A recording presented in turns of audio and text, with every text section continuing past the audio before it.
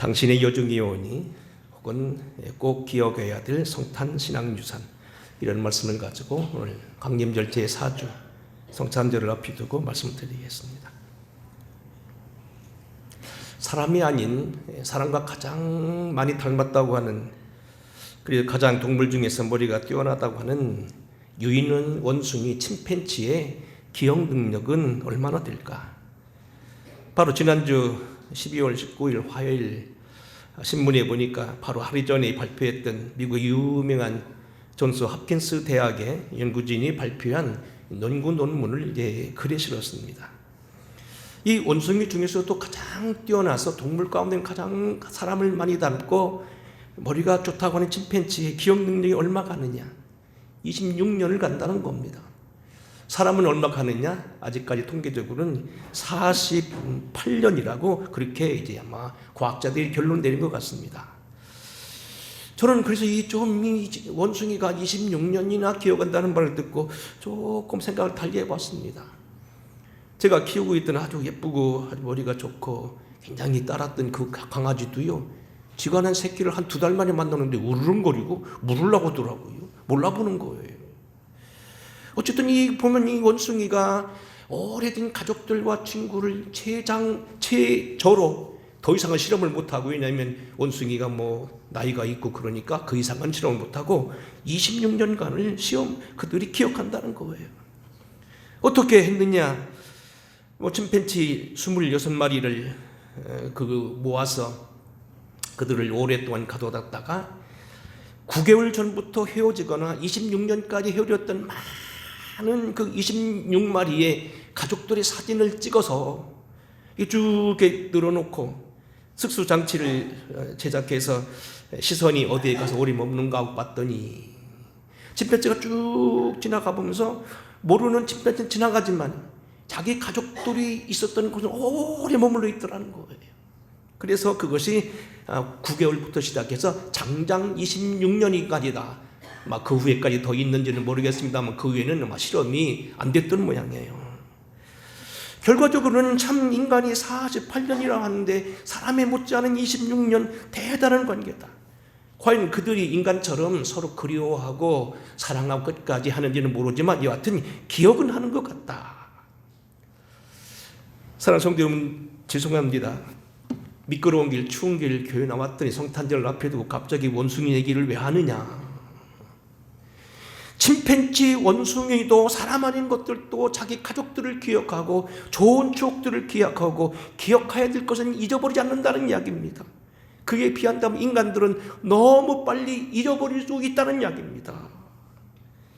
옛날 속담에 원수는 돌에 새기고 사랑은 물에 새긴다고 좀 말귀가 좀 정확하진 않은데, 어쨌든 나쁜 추억만을 오래 가지고 있고 좋은 추억들을 기억해야 될 것은 이제 빨리 잃어버린 건 인간의 신정이라고 그러는데 그러지 말아야 된다는 겁니다. 줄여 말하면 성탄절에 우리가 기억할 것 크게 2가지. 첫째는 주님의 사랑, 이 땅에 말굴간에 오셔서 당신을 다 내어주시기까지 우리를 사랑하는 것. 또 한 가지는 예수님을 이 땅에 낳고 천한 곳에 오시기까지 자기의 모든 생명을 바치고 태를 바쳐서 오게 하셨던 그런 분들의 신앙을 우리도 기억해야 되는 것 아니라는 겁니다. 그 중에서 더 짧게 말하면 성모 마리아에 대한 신앙도 우리가 잊어서는 안 된다는 이야기입니다. 사람에게 주신 축복 가운데 하나는 기억한다는 것입니다. 그래서 당신과 관계 있고 좋은 일하는 사람들 오래오래 기억하고 그것을 전수해가면서 아름다운 문명을 이어가는 것이 문명의 아름다움이고 하나님 축복인데, 우리는 정말로 좋은 유산들을 너무 빨리 잊어버리고 그런 모든 것들을 왜곡되게 하고 있는 건 아니라는 겁니다. 안타깝게도 오늘 우리는 마리아의 신앙은 참 우리가 꼭 기억해야 될 유산인데도 불구하고 우리의 앞섰던 한 가톨릭이라고 정식 말하겠습니다만 이 가톨릭교들이 마리아 신앙을 너무 앞세우고 주님보다 위에 세우는 바람에 꼬였습니다만, 사실은 본래적인 의미에서는 그런 분이 아니고 진실한 의미에서 우리는 그의 신앙을 우리는 기려야 된다는 겁니다. 어둠에 있었던 인간을 구속하시기 위해서 이 땅에 오신 주님, 또 하나는 이 주님을 잉태케 하셨던 한 여인의 가냘픈 그러한 사랑, 자기의 모든 걸 내어 바침으로 오늘 우리에게 복음을 가능하게 했던 이 여인의 신앙을 중심으로 해서 몇 가지 오늘 본문 속에 나와 있는 말씀을 공부해 보겠다는 얘기입니다. 첫째로 오늘 우리는 이 마리아에게 수태를 고지했던 천사와의 장면 속에서 우리는 첫 번째 뭘 배우냐면, 마리아에게 주었던 소식은 좋은 소식이요 평화의 소식이었다는 겁니다. 본문 말씀 1장 26절은 이렇게 시작합니다. 여섯째 달에 전사 가브리엘이 하나님의 보내심을 받아 갈릴리 나사렛이라는 동네에 가서 다윗의 자손 요셉이라 하는 사람과 약혼한 처녀에게 이르니 그 처녀 이름은 마리아라. 그에게 들어가 이르되 은혜를 받은 자여 평안할지어다.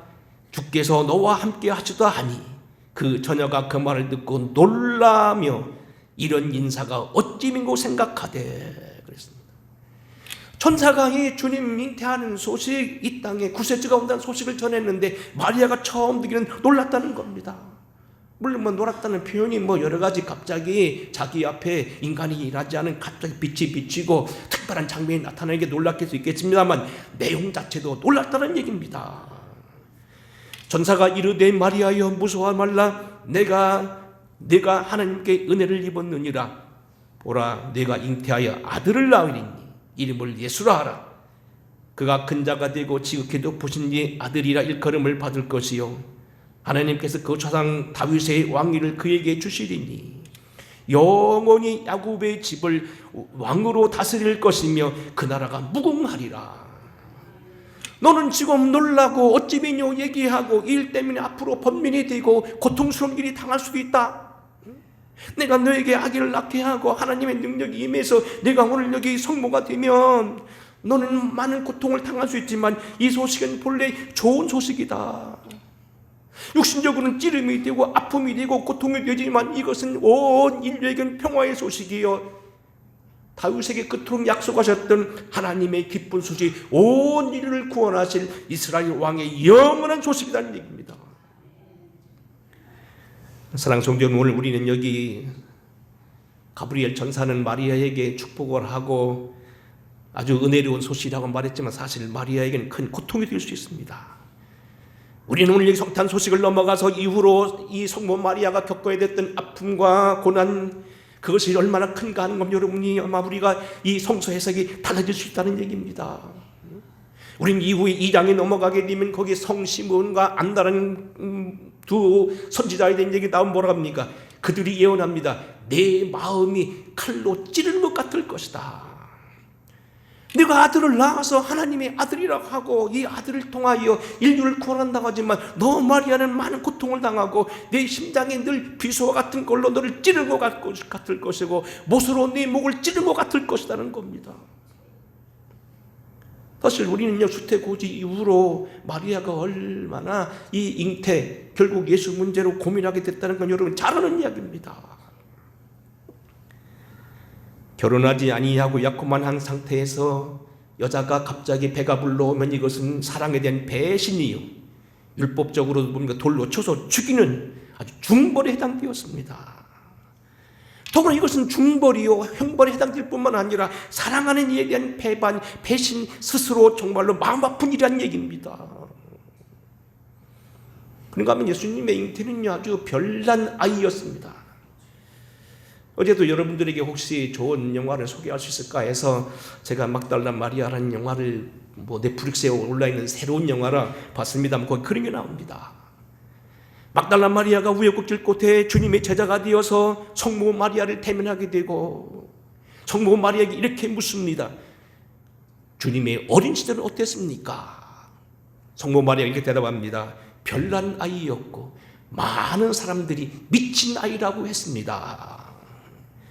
여러분, 이건요 우리가 그 영화뿐만 아니라 이미 꼬마 영화라고 하는 그 영화가 보게 되면 예수님의 어린 시절이 거기 나와 있습니다. 이건 유대 전성을 비롯해서 당시 예경과 위경에 나와 있는 예수님의 이야기를 종합해서 만든 영화라고 봅니다만, 거기 보게 되면 죽어있는 물고기를 살리게 되고 죽은 비둘기를 살리는 장면이 나오는데, 여하튼 이런 장면이 보통 아이들에게는 뭡니까? 놀림감이요, 이상한 아이, 정신 이상의 아이로 보였다는 겁니다. 때로는 명절날 성전에 올라갔다가 납비들과 함께 대화하는 이 바람에 사흘 동안 찾아서 헤맨 적도 있었습니다. 성경에는 나와 있지 않습니다만 우리가 유대 전승이나 성지각에서 보게 되면 뭐냐면 예수님의 아버지가 일찍 돌아가셨습니다. 어찌 보면 예수님의 후견자가 되어서 오래오래 그를 뒷바라지하고 그를 끝까지 보장해 주셨을 이가 요즘 말하면 뭡니까? 대학도 들어가기 전에 일찍 돌아가셔서 본인 스스로 고학으로 공부하게 됐다는 얘기입니다. 이것은 우리가 보면 우연이 아니라고 봅니다. 요즘 우리가 이사야서라든지 에스겔서에서 보게 되는 대로 예언자들에게는 특별히 아픔의 현상들, 표징이 되기 위해서 가정적으로 불행을 당한 장면들이 나옵니다. 어쩌면 이건 섭리 속에서 예수님이 잉태했기 때문에 요셉이 일찍 죽는 바람에 그 가정을 부양해야 되는 책임이 예수와 그리고 그의 가족들에게 일찍 주어졌다는 겁니다. 이것도 우리가 이상한 눈으로 바라볼 수 있어야 됩니다. 공생애를 시작한 다음에 많은 사람들이 쫓아와서 예수가 미쳤다고 해서 그 소문이 파다하게 젖혀서 그의 어머니 마리아와 동생들이 와서 걱정하는 장면이 나와 있습니다. 특별히 주님이 십자가를 지고 고난당하는 장면을 보게 되면 여러분들 다 이해가 갈 것입니다.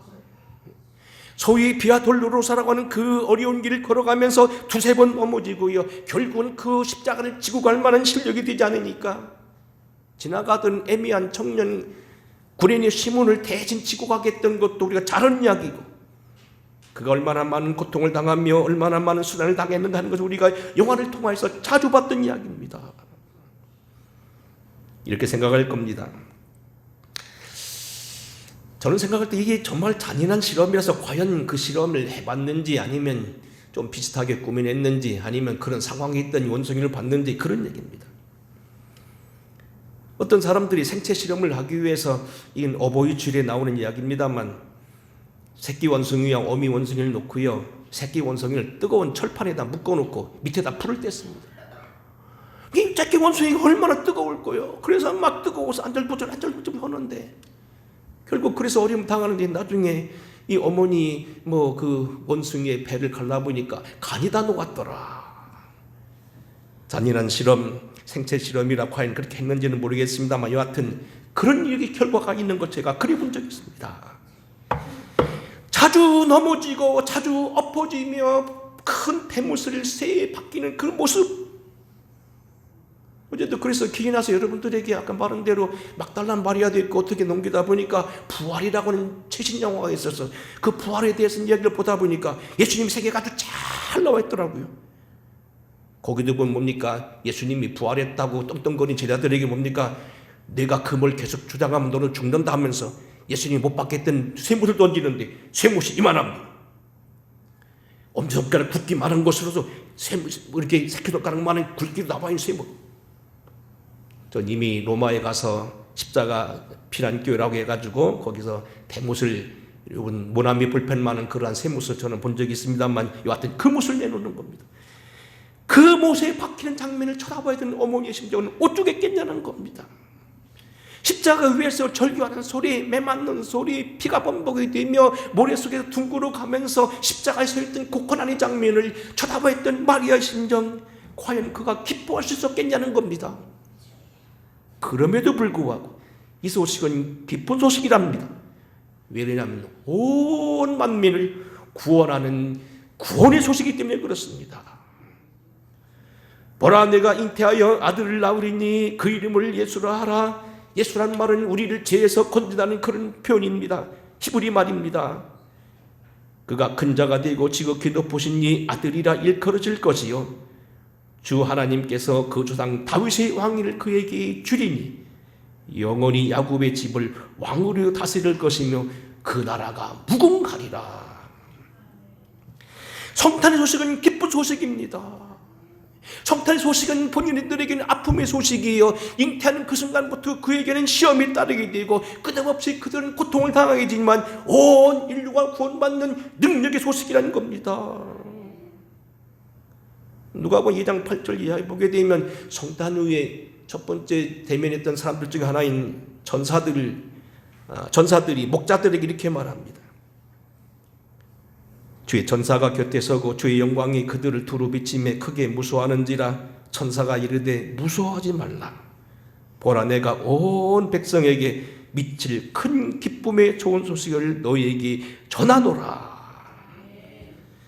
주님의 생애는 우리에게 복된 소식이요, 아름다운 소식이요, 무서워할 일이 아니라는 겁니다. 평화에 관한 소식이라는 겁니다. 은혜의 소식이라는 겁니다. 이 소식이 여러분 가정에게도 들리기를 주의 축원합니다. 그런가 하면 오늘 여기 천사들이 이 마리아에게 전해준 소식은 뭐냐면 성령의 능력으로 가능하다는 겁니다. 34절 이렇게 말합니다.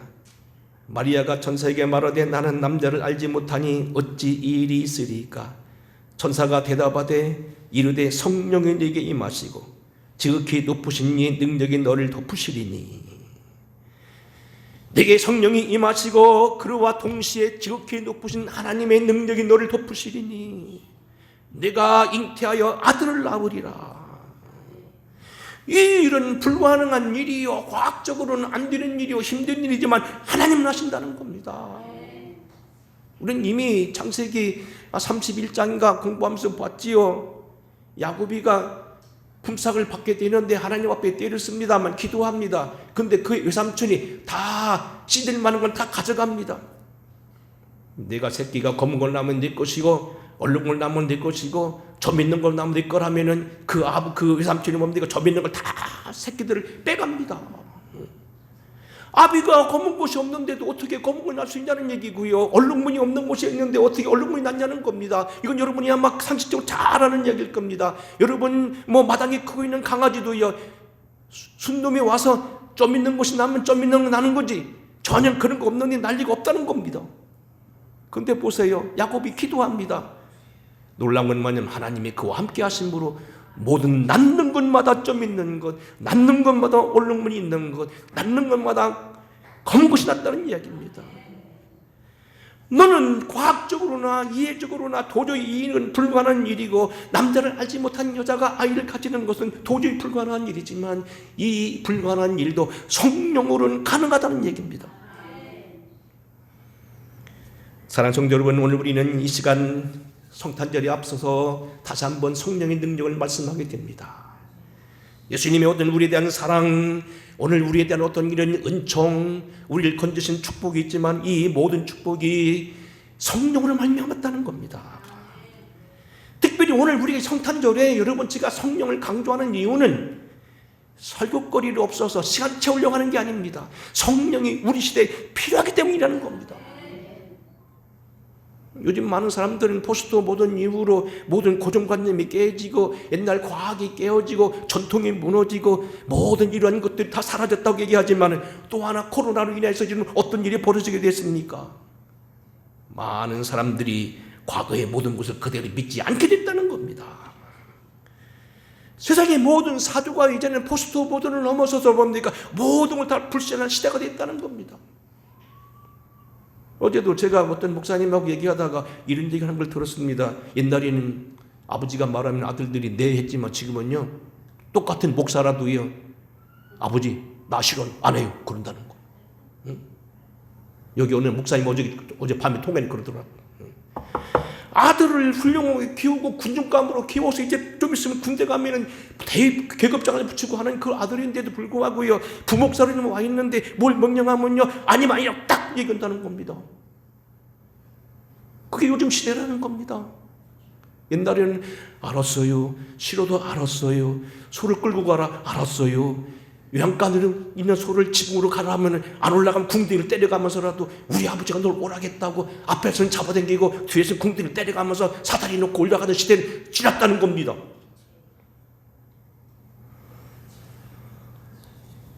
기존 사고체계가 무너지고 모든 것이 붕괴되어지고 고상한 철학이나 반성과 겸손한 고백이 이미 사라진 지 오래이며 전통 이념과 미풍양속이 사라진 지 오래이며 이제는 우리는 하나님 말씀 듣기보다는 귀신의 가르침을 따르는 시대가 지금 되고 있는 거 아니라는 이야기입니다. 더구나 여러분, 지난 주간 여러분 제가 반복해서 말씀했습니다만 과학자들이 이런 얘기를 합니다. 요즘 유튜브에도 많이 나오는데 이미 우리 인간이 닥치고 있는 이런 강추위 그냥 오는 게 아니라는 겁니다. 12월에 녹아있는 바람들이 넘어오고 성층공이 무너지고 어떤 이 기층이 성립되는 것이 무너져서 길이 열리게 되고, 옛날에는 바람이 불어도 한반도를 통과 못하는 옆으로 돌아가는 한반도를 가는 길이 뚫렸고, 모든 체계가 과학 체계에도 무너졌다는 겁니다. 엘니뇨 현상이라 해가지고 자꾸 온도가 올라가는 현상이 자꾸 되게 되는데, 지금부터 조심하면 되느냐? 많은 과학자들이 늦었다, 이제는 노력해도 못 잡는다, 기회를 놓쳤다고 보는 사람들이 많이 있다는 겁니다. 집단 체제, 불협간 이념, 단합하는 이런 정치적인 태도, 또다시 어떤 돌아가는 국수적인 모습, 그런가 하면 모든 이론과 모든 건 다 깨어지고 극적인 네오막스주의나 어떤 극단적인 오늘 여기 극수주의적인 것이 또다시 일어나고 있다는 겁니다. 히틀러 시대에는 히틀러가 나오시는 환경이 억울했던 감정을 그리고 그들이 모아가지고 극우의 어떤 것을 히틀러를 나치달 만들었다는데, 그런 환경이 되고 있다는 겁니다.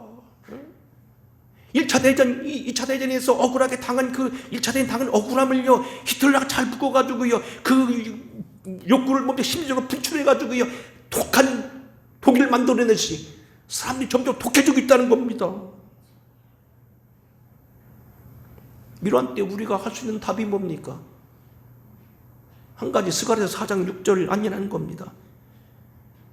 만군의 여호와께서 이르시되 이는 힘으로 되지 아니하고 능력으로 되지 아니하고 오직 나의 영으로 되느니라.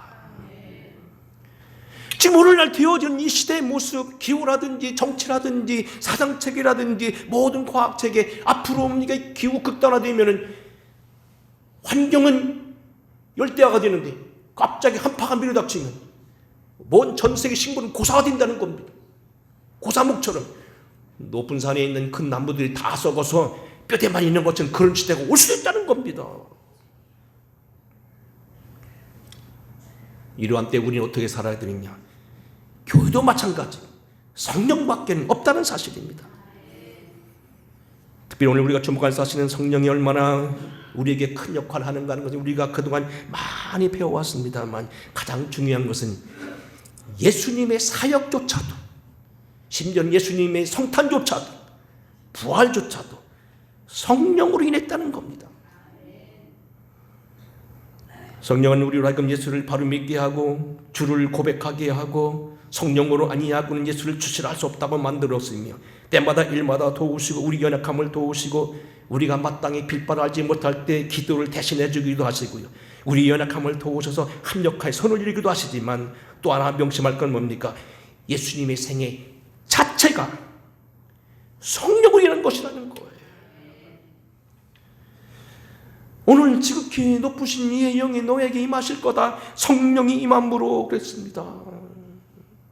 너희 죽을 몸을 살리실 이가 너희를 살리실 거라고 말하면서 성령으로 인한 부활이라는 걸 말씀하고 있습니다. 예수님의 모든 사역과 갈릴리 사역이나 모든 능력 사역도, 귀신 쫓는 능력도 전부 다 뭡니까? 성령이 임했다고 되어 있습니다. 예수님의 생애 자체가 성령이라는 겁니다. 우리가 도무지 성령 없이는 예수님의 생애, 기독교 사역을 이해할 수 없다는 겁니다. 결론을 말씀드리면 예수님도 성령으로 시작되고 성령으로 일하시고 성령으로 다시 부활하시고 성령으로 일하신다면 우리야 말할 거 없지 않냐는 겁니다. 예수 그리스도 성탄절을 맞이해서 성탄 소식만 말해야 되는 제게 오늘 성령을 말해야 되는 답답한 심정을 여러분들이 이해해 주시기 바랍니다. 성령 충만 현상을 우리가 소위 말하는 대로 예언이나 하고 방언하고 해서 뭐 이상한 일을 일으켰던 어떤 잘못된 사람들의 것으로만 치우치지 마시기 바랍니다. 그것은 한 소수입니다. 성령의 사역 가운데 방언하고 예언하고 하는 것, 그것은 당연한 사역이고 병 고치는 사역은 당연합니다. 그 일을 부정할 필요도 없습니다. 다만 그 이후의 일, 하나님의 모든 것을 총괄하는 이 모든 일들이 천지를 창조하는 일조차도 성령으로 인했다는 사실입니다. 창세기 1장 1절 대초에 하나님의 천지를 창조하시니라. 하나님의 창조하실 때 하나님의 신이 수면에 운행하시니라. 창조 때에도 성령이 역사하셨습니다.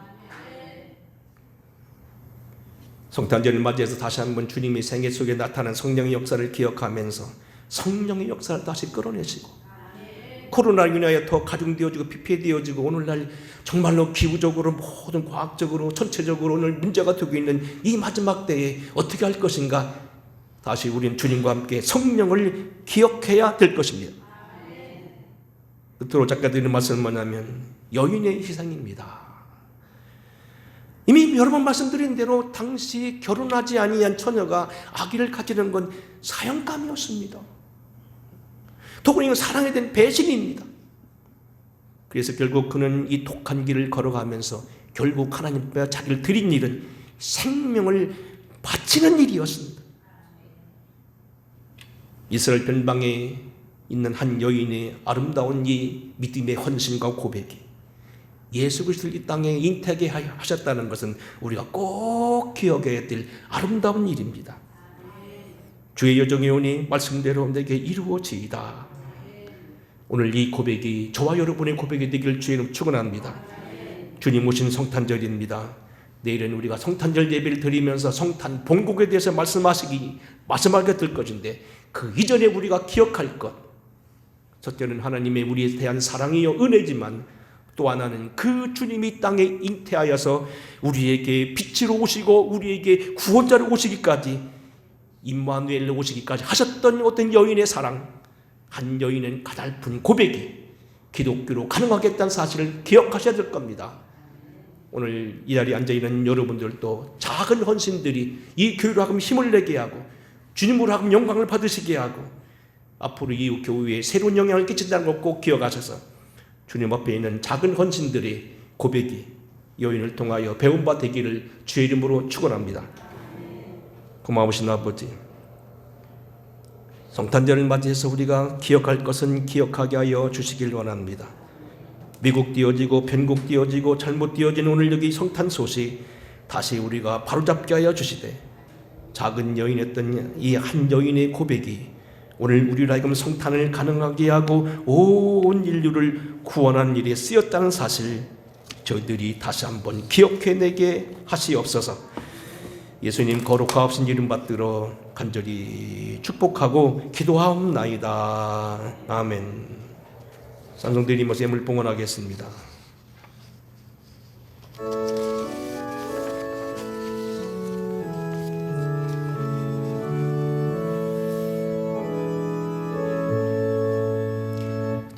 잠반 가운 성도여 다 이리 와서 베들레헴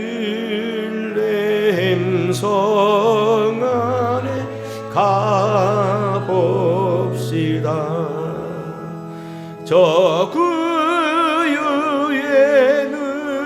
누이신 아기를 보고 엎드려 절하세. 엎드려 절하세. 엎드려 절하세.